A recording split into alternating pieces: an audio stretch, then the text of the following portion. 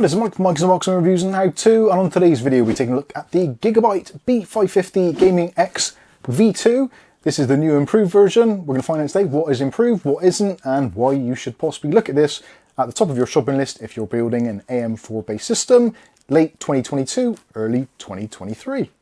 Keep watching to find out more.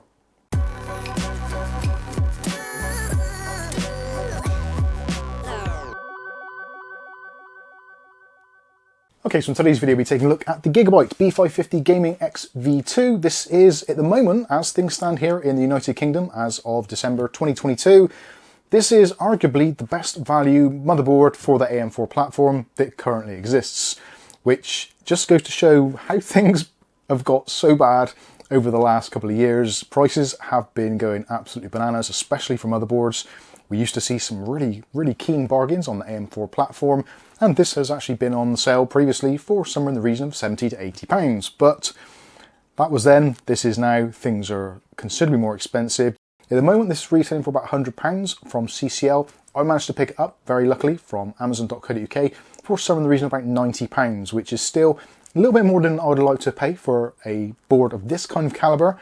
It isn't a bad board. This is what I would consider from Gigabyte is in their just good enough range. So it ticks all the boxes that you need, maybe one that it does miss out on, but we'll talk about that a little bit later. But essentially this is going to be fine for pretty much most Ryzen builds. PCI Express Gen 4, 2 M.2 slots, plenty of addressable RGB, half decent VRMs, so yeah, on paper it's actually not that bad at all. So let's start off first of all taking a look at the box. So as you can see, B550 Gaming X V2, we've said this a couple of times already. One of the important things about this now, being this is the V2 range, there's actually 3 versions of this already in production, possibly 4. So there's version 1.1, 1.2 and 1.3. All of them seem to be basically the same. There may be slight differences for the Realtek audio, but one of the keen things to look at is this AMD Ryzen 5000 desktop ready. Now this is a little bit misleading because there are other versions of this which are 5000G series ready. So this potentially out of the box may not be ready for your 5600G or 5700G processors.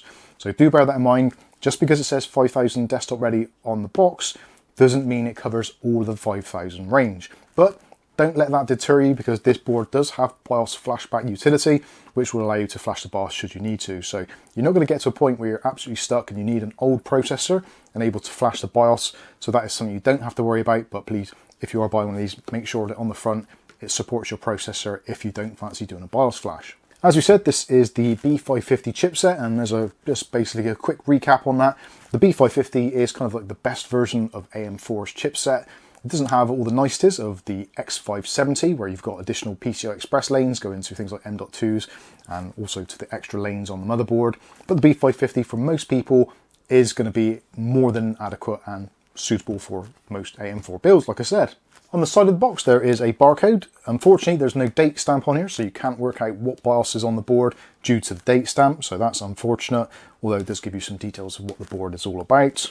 On the back it goes into some of the key features. So it's got a 10 plus 3-phase VRM, which is a little bit misleading. It is kind of like a doubled up solution, so it is 2 times 5 plus 3, and that's a 2 plus 1. You've got an advanced thermal design, so you've got things on here such as larger heat sinks actually over the VRMs. You've also got 5 fan headers, and also there are 6 areas on the board where there is actually temperature monitoring. So if you want to fine tune your system, depending on whereabouts on the board you're getting little hot spots, then you can work those out and tailor your fans accordingly.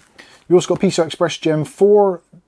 That is supported, obviously, depending on what processor you're using. If you're using Ryzen 3000 series or 5000 series desktop processors without the G nomenclature, then that's going to give you PCI Express Gen 4. If you're going for a G series, you'll be down to PCI Express Gen 3.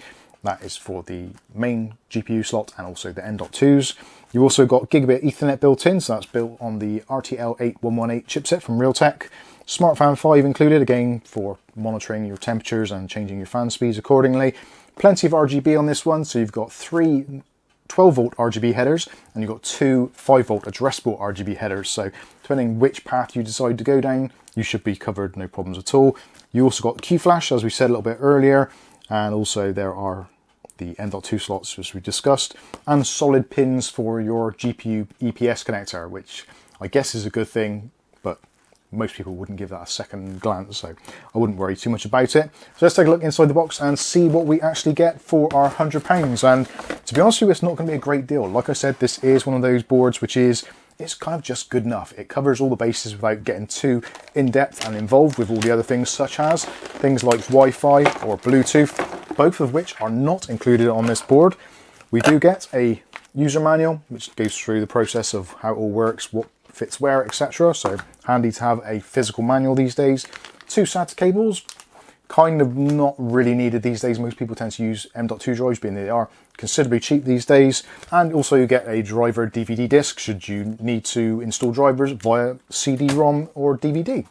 And that leaves us with the motherboard itself, which has been adorned in a particularly lovely shade of dark brown, which I'm not overly keen on, although saying that is slightly better some of the Aorus Elite boards, which tend to be a little bit browner.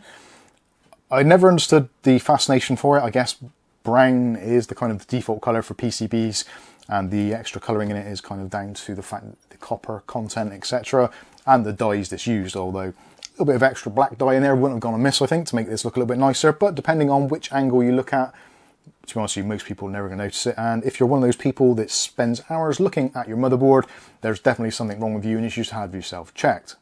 Anyway, let's take a closer look at the motherboard and then I'll get myself checked. So in this top corner, we have a very oddly placed fan header. So there is a fan header there. All the fan headers, just to get it out of the way, they're all multi-purpose. So if you want to use them for a fan, you can. If you want to use them for a pump, you can. If you want to use them for voltage control, you can. All that kind of stuff. And they're all controllable in the BIOS. User independently configurable, so yeah, all that kind of good stuff. So there's actually 5 fan headers in total, just to get out of the way. So one is up here, hidden away. Next to that, you've got an 8-pin EPS connector with solid pins. You've then got your VRM coolers there. The VRM coolers, they're not overly elaborate, and actually this one looks bigger than it is because you've got a plastic shroud there. I think the larger one of the two is about 150 grams, the smaller one is about 70 grams. So around about 250 grams worth of cooling potential there for that 10 plus 3-phase VRM. You also got your AM4 socket, which is going to support pretty much most CPUs on the market at the moment. Older processors are going to be something which are going to be very much hit and miss. So the 1000 series processors you might struggle with, 2000 series generally okay, 2600, 2700 is going to be okay, 2200G, 2400G, don't bother, it's just going to be a nightmare. Unless you're using a separate graphics card, then it's going to be slightly better for you, but yeah, I would personally try to avoid those older processors on this board if you can. The B550 chipset is really designed for 3000 series and up. Again, not the 3200G or not the 3400G, because technically those are still part of the 2000 series, but the naming convention was very, very wrong on the G series, as it generally tends to be from AMD. Anyway, moving on. 2 fan headers there, so CPU and CPU opt. You can use either of those for your CPU, and again, they are independently configurable in the BIOS, so you can use the CPU opt for maybe some front chassis fans, which you might want to because there's actually no fan headers down this front section at all. So if you've got maybe 3 fans up the front of your case, you are going to have to connect them either to the top or somewhere down the bottom. There are a couple of RGB headers here. So you've got a single 5-volt 3-pin addressable RGB and a 4-pin 12-volt normal RGB for the old-fashioned RGBs. You can use them both together. Again, using the RGB Fusion 2 software, you can go in and configure those individually. It's actually not a bad bit of software. It does seem to be evolving as time goes on and getting slightly better. I would say it's kind of getting on par to MSI's Center, if that is your kind of thing. 4 RAM slots. You can support up to 128 gigabytes of RAM, so 32 gigs in each slot. Does support up to 4733 megahertz RAM. That is going to be dependent on your processor and how good the memory controller is on your processor. Silicon lottery kind of stuff, so you may or may not get those speeds. Realistically, if you set your expectations to DDR4 3600 megahertz, you should find with XMP profile it will work pretty much every single time straight out of the box. Moving down to the side, we've got our 24-pin power connection. Underneath that, a couple of SATA ports, along with another 2 here at the bottom. Something which is desperately missing here is some form of diagnostic DLED. So if you get to the situation where you've installed your new processor, maybe your 5600G, and for some reason you're not getting anything out of the system, you're basically on your own. You've got no way of knowing if it's because you need a BIOS update or because there's some other problem with it. So this is one of the reasons why potentially If you're a novice builder or you want to have that extra little bit of reassurance, then you might be worth looking at something like the MSI B550 Pro-A. That is a very similar spec board, slightly better VRM, and also you do have the diagnostic LED to help you out should you need to, although you will need to spend a few more quid in order to do so. Moving down, so underneath our CPU socket, we have got our first M.2 slot. So that is M.2. That's going to support basically whatever your processor will, because it's directly connected to the CPU. So if you're using a 3000 or 5000 series processor, you're going to be looking at PCI Express Gen 4 x 4. If you're using maybe a 5600G or something along those lines, maybe a 4500 or 5500 for that matter, where you are limited to the PCI Express Gen 3, then you get Gen 3 x 4, which again, absolutely fine. No heat sinks included, which is a little bit of a shame, but you can pick those up very cheaply. You've also, on this side, you've got another fan header and also an RGB output. That's 12 volt over that side for maybe one of those Wraith Stealth RGB coolers, or Wraith Prism, I think it is. Basically, whatever it is with the RGB, you can plug that all in over there should you need to. Moving on under that, PCI Express Gen 4 x 16 graphics card slot. Again, depending on what processor you use, it could be Gen 4, could be Gen 3, so do bear that in mind. This is potentially going to be one of the reasons why you might want to go B550 rather than B450. With graphics cards on the market now, especially some of the better value ones, such as Radeon RX 6600, being that's PCI Express Gen 4, ideally you want to try and pair it with a Gen 4 board so you don't have that slight performance hit from using Gen 3. There is actually a video that we've done on a £600 gaming PC, which actually there was an alternate version with this motherboard included and the RX 6600. I'll try and link that in the video description below as well so you can check that out. So maybe if you are planning to build a PC around about the £600 mark, this might be right up your street. So underneath that, we've got PCI Express Gen 3 x 1 slots. Got one there, one there. Underneath that, we've got PCI Express Gen 3 x 2 slot, which is slightly unusual. It is only wired for ×2 rather than ×4, which you're quite often used to seeing. So if you are planning to add additional M.2 slots via add-in cards, do bear in mind you're only ever going to get PCI Express Gen 3 x 2 speeds. So don't go buying fast drives to plug in to a PCI adapter card on here, because you aren't going to get the speeds that you basically want or are paying for. So do please bear that in mind. Obviously you've got the BIOS battery there, slap bang in the middle. Gaming X logo over your chipset cooler for that B550 chipset. No fan required, it's all self-contained in there, very low wattage. Two more SATA ports down there, as we mentioned. At the bottom, we've got our front I/O connection, so that is for your front panel I/O, all color-coded as well, which makes life a little bit easier when you're actually plugging all this stuff in. Just above it, nice little feature there, you've got your CMOS reset, so if you dial in some settings and things aren't working out for you, you can reset your CMOS very easily from there without having to remove your graphics card, take out the battery, or find some weird pins up here, so it's nice that they've put it down here. Something you don't always see on a slightly more budget-orientated motherboard is a front-mounted USB Type-C header, so you can plug in your case USB Type-Cs to here, no problems. It's actually in a really good place. Well, I prefer them to be at the bottom rather than on the side, because you've got just this big lumpy cable coming out. Same with PCI Express Gen 3 for the Type-A ports, which you've got slap bang next to that as well, so another 2 ports there. Both of those are going to be USB 3.2 Gen 1 ports. The gens are getting confusing, but still. There is a Gen 2 port on the back, so don't worry, not all is not lost. Next to those, you've got 2 USB 2.0s and then a TPM header, should you wish to use some form of TPM hardware, although most people probably use the TPM built into the processor on these. Another fan header there, again 4-pin PWM. RGB header, 4-pin, and a 3-pin 5-volt addressable RGB header. So if you've got some RGB stuff going on down the bottom, you can plug it in there. If you've got some stuff going on the top, you can plug it in the top. It's very handy how they've got them top and bottom, depending on what your build needs. When it comes to front panel audio, we've got that connection down there, and also the audio on this is the Realtek RTL 887, which is basically the same as the 889. I think it's just like the same version, just slight revision to it. Nippon capacitors on there, which are pretty decent, so noise should be lower. Obviously, onboard audio is never going to be audiophile quality, but certainly the 887 chipset does pretty well. It does support 7.1 audio, although you will have to repurpose the jacks from the HD audio output to the front to make that up. Yeah, most people aren't going to do that, so you can use the jacks on the back should you need to. So I think that's pretty much it for everything actually on the board itself. Let's take a look at the rear I/O. The rear I/O is, again, it's relatively Spartan for a kind of more budget orientated board.